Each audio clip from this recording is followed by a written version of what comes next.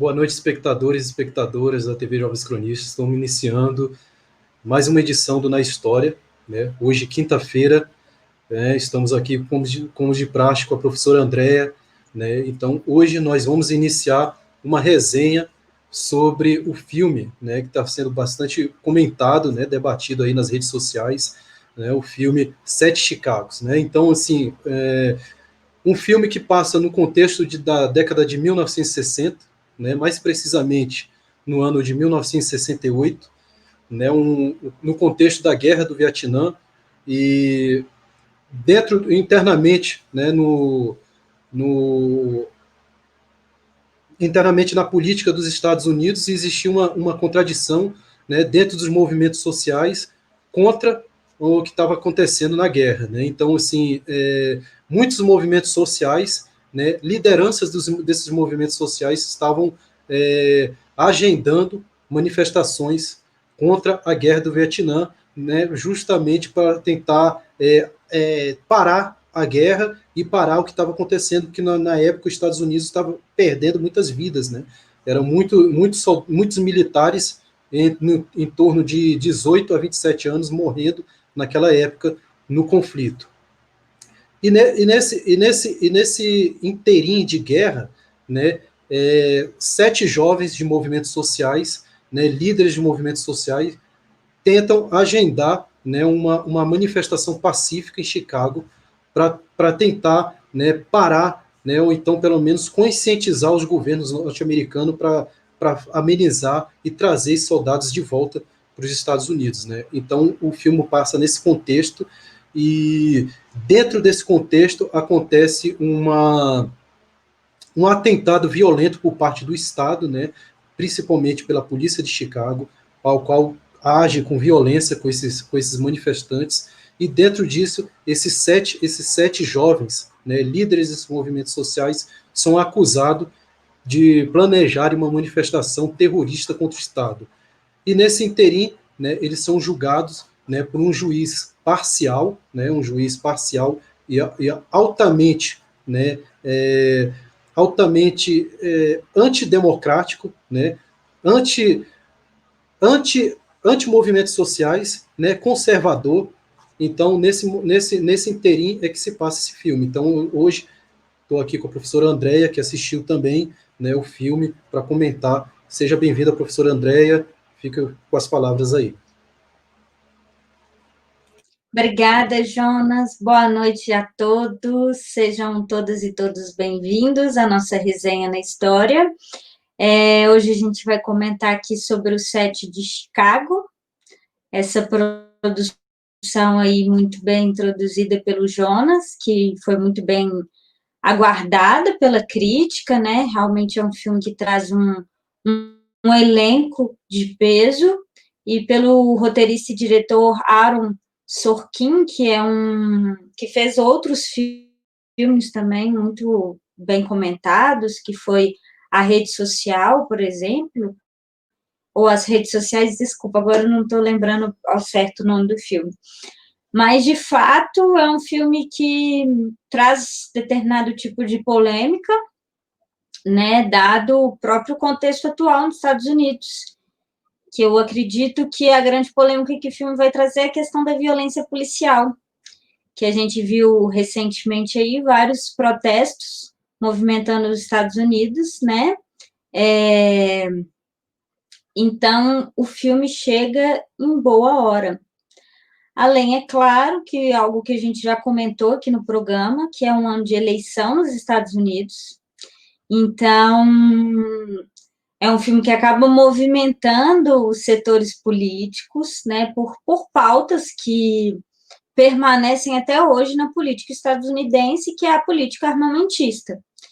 Então, essa pauta, ela envolve tanto conservadores como democratas, e o filme ele vai trazer uma crítica que eu gostaria de pontuar aqui, que é uma crítica que permanece nos movimentos progressistas e esquerdistas nos Estados Unidos, que é tanto os democratas como os conservadores, o Partido Republicano, eles não se diferenciam muito na política para acabar com a guerra. Me parece que essa crítica ela é válida e ela existe nos Estados Unidos de que mesmo o Partido Democrata não se mobiliza para evitar conflitos exteriores, né? Conflitos armamentistas.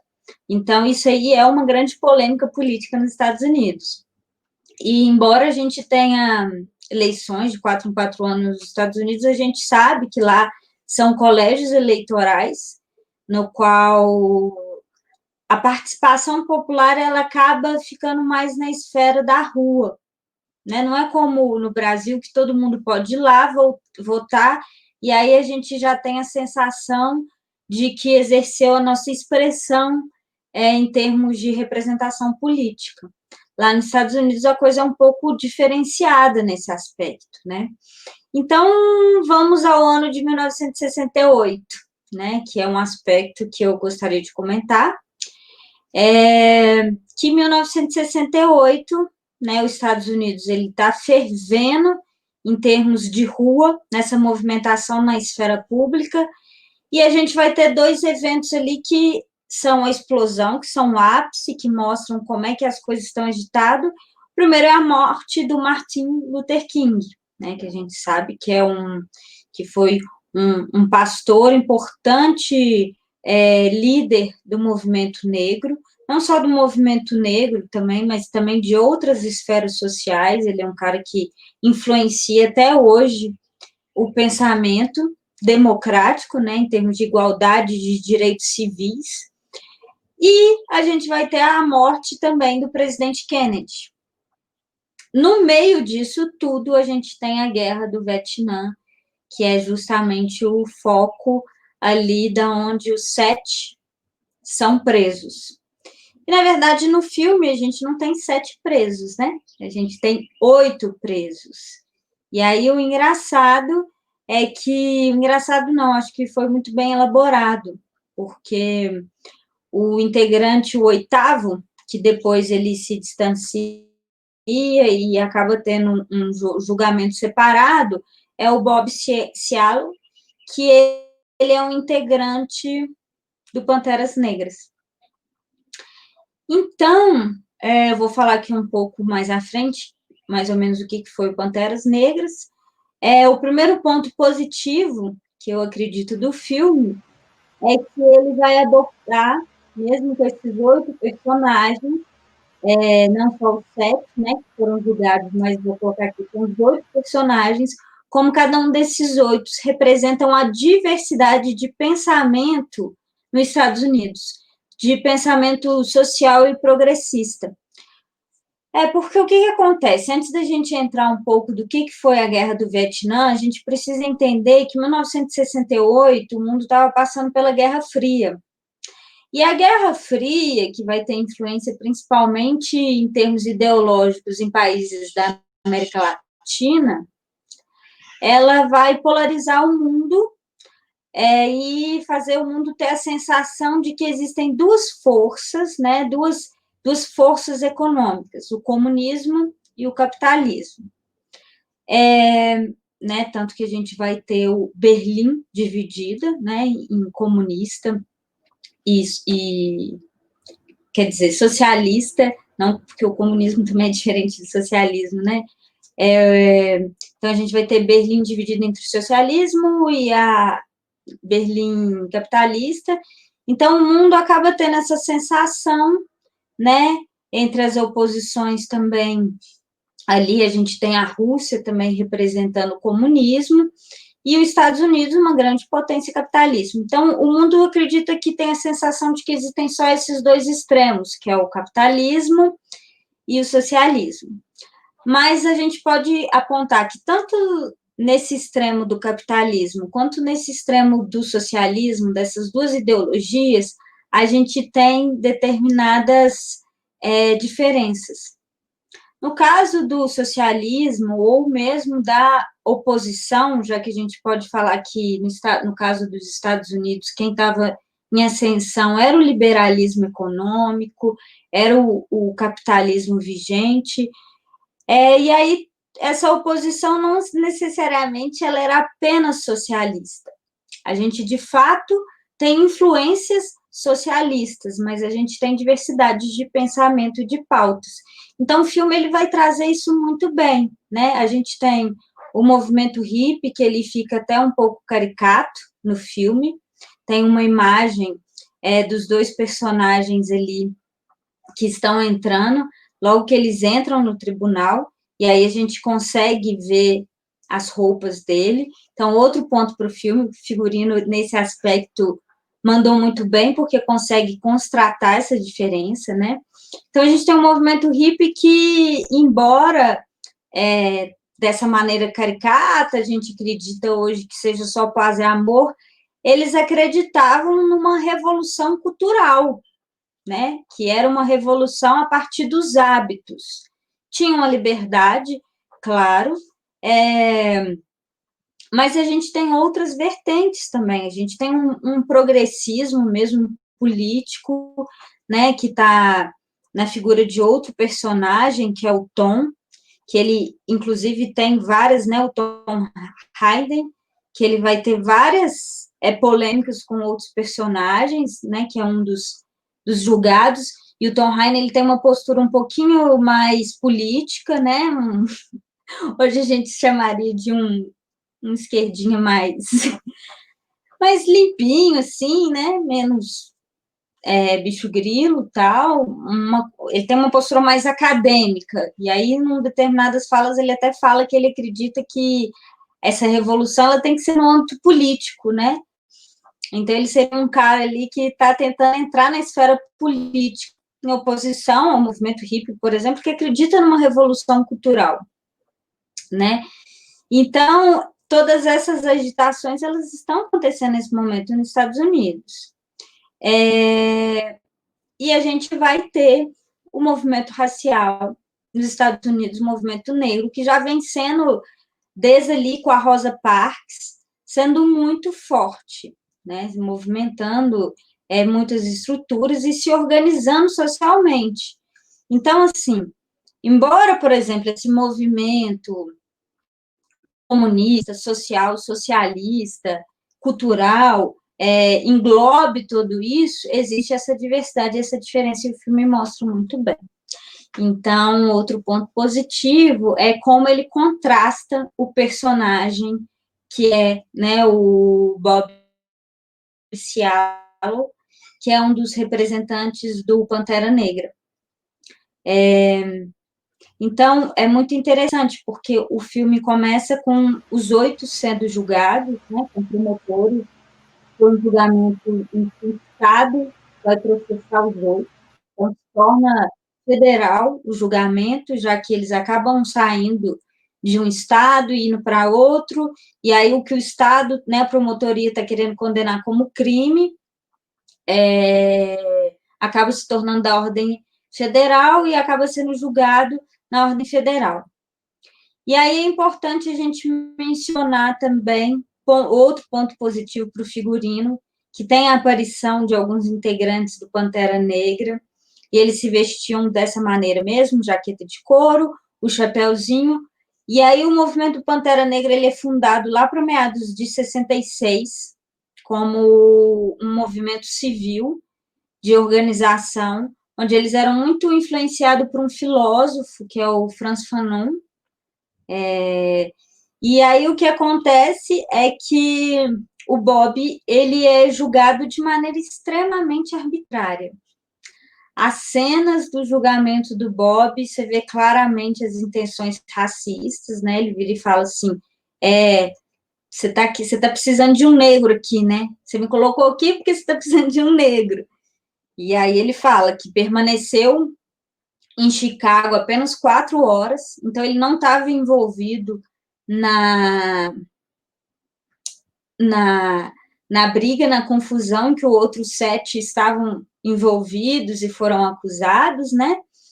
E aí, o filme que se passa a maior parte, eu esperava que fosse um filme que iria se passar ali, ia mostrar mais os conflitos armados, e aí eu acredito que o diretor mandou muito bem, porque o filme vai passar a maior parte no tribunal.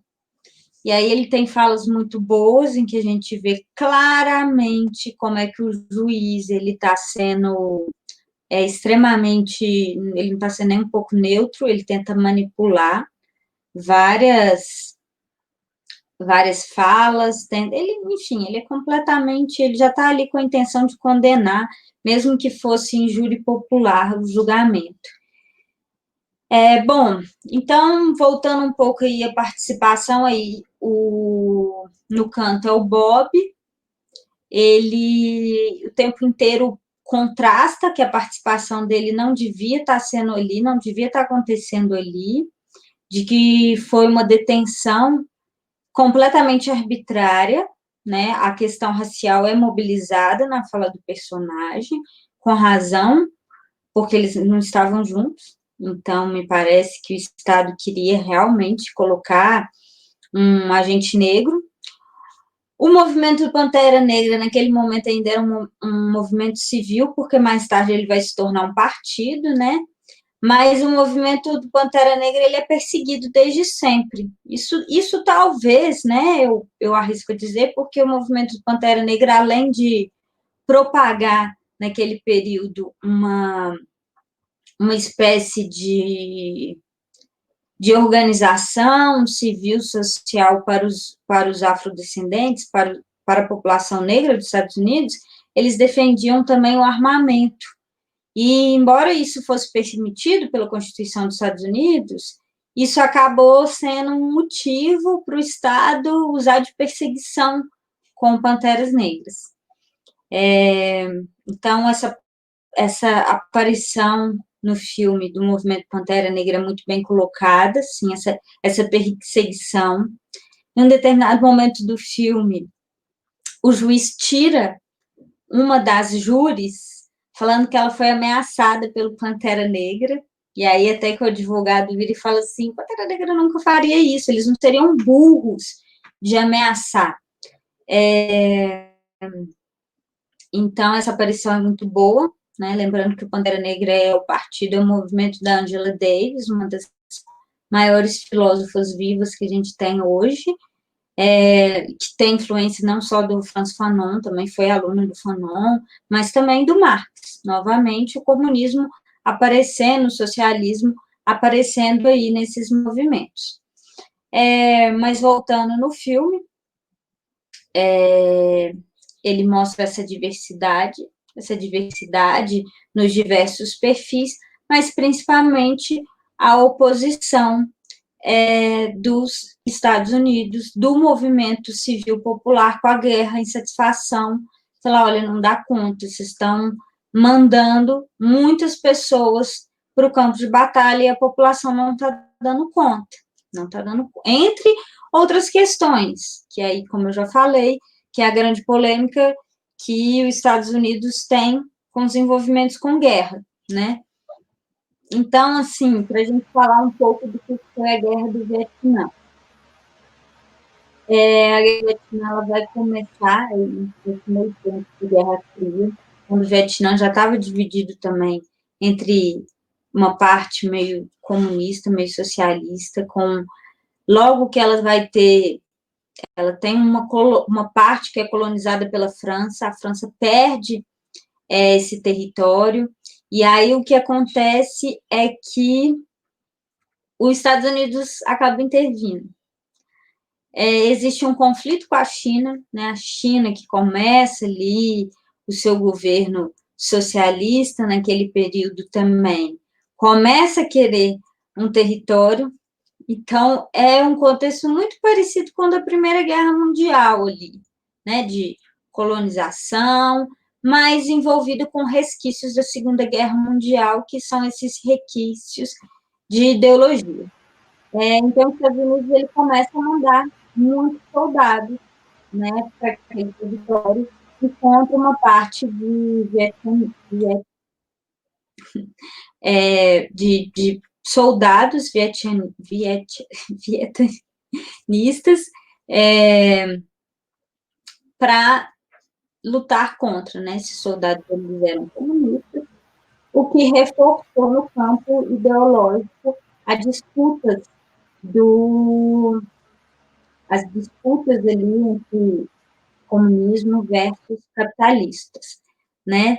Então, é esse a grande tensão, né, que vai trazer, que vai levar esses 7 líderes a mover as pessoas até Chicago, onde vai haver uma convenção do Partido Democrata, né? Então, tudo isso a gente vai vendo as cenas ali ao longo do filme, de parte desses protestos, de como ocorreu o protesto. Bom, e o clima do filme, ele vai se dar quando o Tom, ele é pego uma gravação. Aí eu vou acabar dando spoiler, não vou chegar nisso, não. Mas, de fato, existe, né, essa tensão entre os policiais, a violência policial, ela é muito marcada no filme, é uma violência policial que, de fato, fica no ar. A justiça quer deixar no ar se a polícia reagiu aos manifestos ou se houve uma emboscada mesmo para fechar essa participação popular, né? Então, assim, o Estado sempre, a promotoria veio com isso, né? De que já havia um movimento de organização ali e o Estado apenas agiu para defender o patrimônio público, para defender. Então, isso fica um pouco no ar, mas a gente vê claramente de como tudo foi preparado, não tem como, né? Tem uma cena em que os policiais tiram o crachá, tiram os nomes do crachá. Então, o que mostra que a polícia já estava realmente preparada para massacrar mesmo os protestos, né? Você quer acrescentar alguma coisa sobre a Guerra do Vietnã, então? Sim, então, o Vietnã passou nesse contexto, né, de colonização, né, como você citou mesmo, foi colonizado pela França, e depois, logo depois da Segunda Guerra Mundial, a França deixou de colonizar, né, o Vietnã, né, mais precisamente a Indochina, né, aquele território, o território do Vietnã é mais conhecido ali como a Indochina, e depois que deixou de ser colonizado o Vietnã pela França, né, pelo imperialismo, aí teve um sentimento de independência entre os vietnamitas. E nisso se eclodiu, né, por influência do que estava acontecendo na China, se eclodiu também movimentos populares para fazer algo aos moldes que estava acontecendo na China, né, na China comunista. Nisso, né, outros movimentos também pró-capitalistas se juntaram para ir contra esse movimento popular. Aí, quando teve a divisão do Vietnã do Sul, né, apoiado pelos Estados Unidos, e o Vietnã do Norte. E nessa guerra, os Estados Unidos mandou tropas americanas para apoiar o Vietnã do Sul. Né? E a grande manifestação do filme, além de tentar salvar essas vidas, é para que os Estados Unidos parasse, né, de intervir nos movimentos que estavam acontecendo. Então, assim, era a parte da esquerda norte-americana lutando para que amenizasse, arrefecesse, né, os ânimos do imperialismo norte-americano. E sobre o filme, né, eu gostaria de destacar também a figura do juiz, né, o Julius Hoffman, né, um juiz que tem muito a aparência da personalidade do lawfare, que é muito, muito comparado aqui no Brasil, né? Então, o modus operandi dele agir, né, a gente vê hoje comparado com o Brasil, né? E também é destacado, como você também falou, professora, como existia várias ideologias internamente na esquerda, né? E é importante destacar que quando não havia pressão do Estado, né, uma pressão ali do judiciário em cima desses movimentos de esquerda, existia uma certa fluência de ideias, amizade entre esses movimentos. Depois que o Estado começa a agir de forma com rigor para cima desses movimentos. A gente vê que no decorrer do filme há divergências entre eles mesmos, internamente, entre a esquerda. Outro ponto, né, se comparado aqui com o Brasil, né, a gente está vivendo um momento aqui, né, que a esquerda está sendo demonizada e, ao mesmo tempo, recebe pressão, né, vinda do Estado, né, do Estado, digamos assim, bolsonarista, e existe essa fragmentação da esquerda, essa briga de narrativa, como aconteceu no filme, quando os sete estavam recebendo essa pressão. Tá? É mais ou menos esse comentário aí, se você quiser também comentar em cima disso daí que eu falei. Obrigada. O filme começa com o presidente, o Lyndon Johnson, que foi quem assumiu logo após o presidente Kennedy, fazendo um sorteio. E aí o Estado já estava mandando, ele começa falando da necessidade de mandar mais pessoas para o Vietnã. E isso realmente é algo que mexeu no imaginário na época da cultura norte-americana. A gente vai ver isso na própria cultura musical mesmo, né? Os Beatles aí gravaram. Tem uma música dos Beatles que chama Back USA, que né, eles começaram a chamar os Beatles de comunistas, por causa que eles também estavam fazendo oposição mesmo, essa melancolia que ficou na juventude dos Estados Unidos por causa de mandar tanta gente, tanta a juventude, né, de certa forma, para a guerra.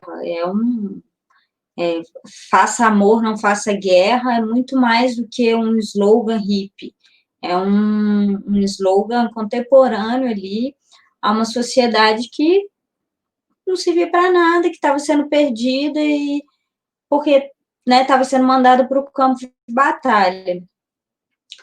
Mas eu penso que, puxando aqui para uma conclusão do filme, não sei se você vai concordar comigo, a gente vê ao longo do filme várias frases, não só como justiça social, mas o tempo inteiro algo que a gente viu também sendo falado quando o George Floyd é esmagado, né, pelo joelho de um policial, é que o mundo todo está vendo.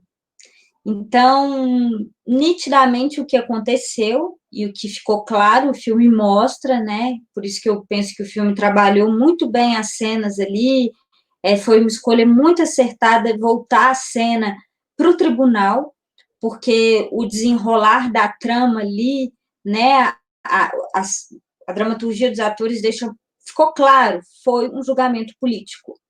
E aí, quando a gente está chamando de um julgamento político, não é nem só porque as esferas democráticas perdem um poder, que é preciso a gente mencionar aqui que a democracia, embora os Estados Unidos, né, ironicamente, tenha sido, naquele momento, um dos poucos países que não estavam sobre regimes de ditadura civis militar, né, como é o caso do Brasil, do Chile e da Argentina.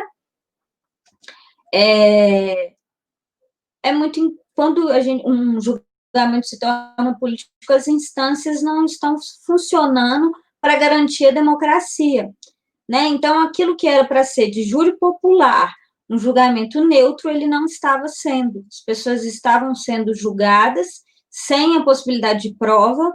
O filme mostra isso. O juiz, né?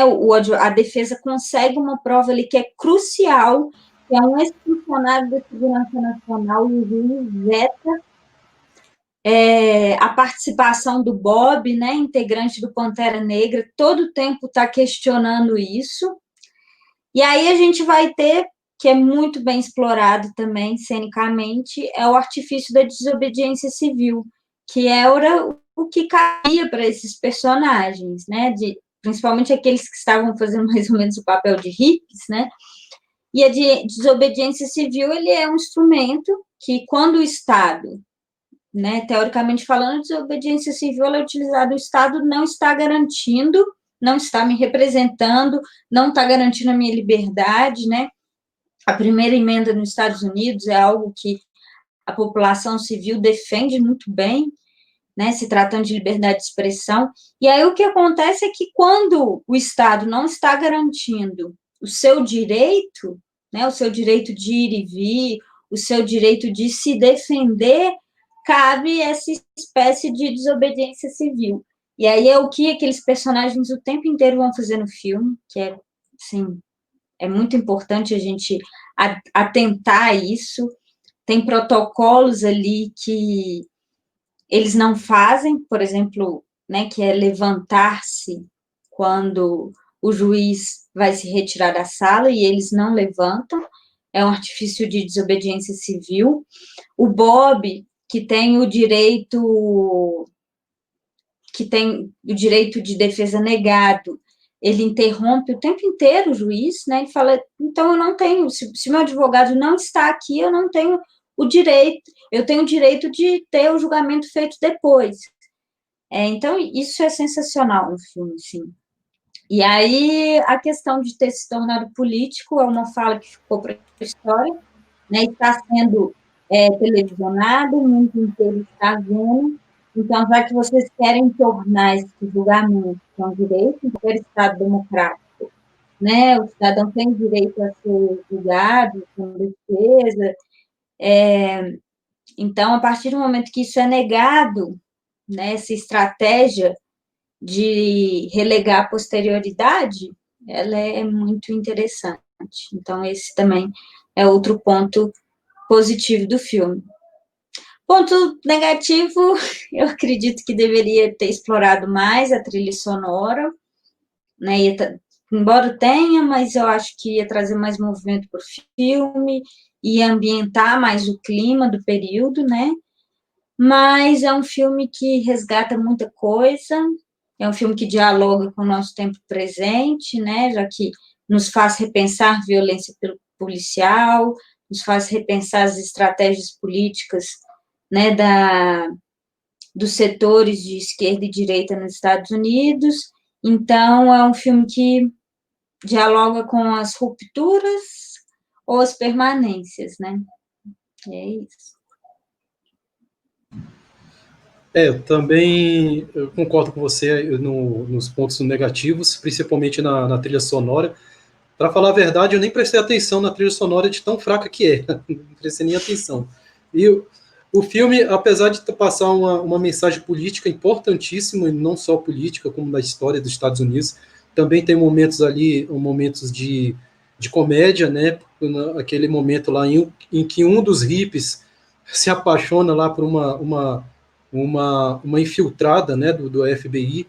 Aí ele fica lá, ele até discute lá com um dos advogados lá, que foi parciais também lá. Então, assim, tem momentos ali engraçados, principalmente na figura dos hips, né, na figura deles, passando uma mensagem política séria e, ao mesmo tempo, engraçado. Então, assim, esse é um ponto positivo do filme. Tem a figura também, a figura lá do Pantera Negra, também é um momento ali ao qual ele é amordaçado, é um momento ali que a todo momento você dá vontade de dar um murro naquele juiz, né? Muitas vezes ali eu xinguei aquele juiz ali, vendo esse filme, e comparando também com vários juízes que tem aqui no Brasil, né? Então a gente vai o nosso ódio vai aflorando ali nesse filme. E tem um momento também do procurador, né, um momento chave ali que o procurador dá aquele testemunho que é escondido pelo juiz, né? Ele não deixa que coloque o testemunho do procurador nos autos, né? Procurador democrata que prova, né, que a polícia de Chicago estava infiltrada e aquecendo ali um movimento social para ter a manifestação e terminar em violência, né? Então, assim, e você falou também dos fatos lá, dos períodos de desobediência civil. O final do filme termina com uma desobediência civil, que também não vou passar o spoiler, uma desobediência civil ali que você vibra, né, no filme, dá todos os créditos ali para o set, né, e você vê aquela figura horrorosa daquele juiz lá, passando mal ali no filme, né, mas deixar para para os espectadores verem depois o filme. O filme está no Netflix, né? Você pode acessar aí, ou pode ver aí via, né? Via aí algumas piratarias aí da web, né? Então, mas aconselho aí, tem o Netflix, né? O filme é recente, está muito bem falado o filme, né? É um filme aí que é um favorito aí pelo Oscar, né, professor aí, e eu acho que é um filme que vale a pena assistir, principalmente agora nesse momento aí de eleições aí nos Estados Unidos. Então, essa é a resenha de hoje, deixamos a nossa dica de hoje, os 7 Chicagos aí para todo mundo assistir, né, e deixe seu comentário, assim que você assistir o filme, deixe seu comentário aí debaixo aí do vídeo, achando o que você sentiu pelo filme, quais os sentimentos floresceu quando você viu o juiz, viu os movimentos ali. Então, finalizando o resenha de hoje, né, já deixo aqui meu abraço a todo mundo que participou, né, então eu não posso falar o nome como eu converso na história, né, porque infelizmente é gravado, mas aí fica meu abraço aí para todo mundo que tá comentando aí no chat. Então, professora Andréia, deixo para você aí, finalizar aí, mais uma vez, obrigado por ter aceitado o convite de participar aqui comigo no resenha, e tamo junto. Obrigada, Jonas. É sempre um prazer aí resenhar as novidades. E segue a dica do filme, acho que realmente é uma das melhores produções do ano. Netflix mandando muito bem, mais uma vez, assim. Faço as minhas apostas, pelo menos em figurino, para levar esse Oscar, tá? E é isso, gente. Tchau, tchau. Curtam, comentem e compartilhem. Tchau, tchau. Obrigada. Tchau, até a próxima.